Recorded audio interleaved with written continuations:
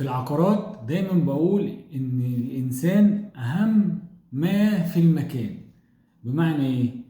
بمعنى ان انا بنصح دايما اي حد ان هو لما يجي يشتري عقار ان هو يخلي باله من الموقع. واهم عامل في اختيار الموقع هو مين الناس اللي انا هتعامل معاهم.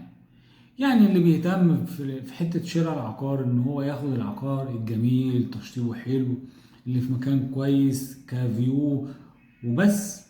ده بالظبط زي اللي اتجوز واحدة جميلة جدا لكن ما يعرفش اخلاق، انت وحظك بقى. اما اللي يدور على اخلاق اللي هيتجوزها قبل لما يهتم بحتة جمالها، فهو بالظبط ده اللي بيدور لما بيجي يسكن على تعامل واخلاق الجيران واداره الكومباوند او اداره المبنى اللي هو يسكنه. فدايما اهتم بالانسان اللي انت هتتعامل معاه قبل لما تسكن. في ناس كتير سكنوا في اماكن كانت بسيطه او متواضعه لكن علشان الجيران كانوا ناس كويسين وكانت العلاقه طيبه كانت من امتع ايام حياتهم ان هم يسكنوا في المكان ده.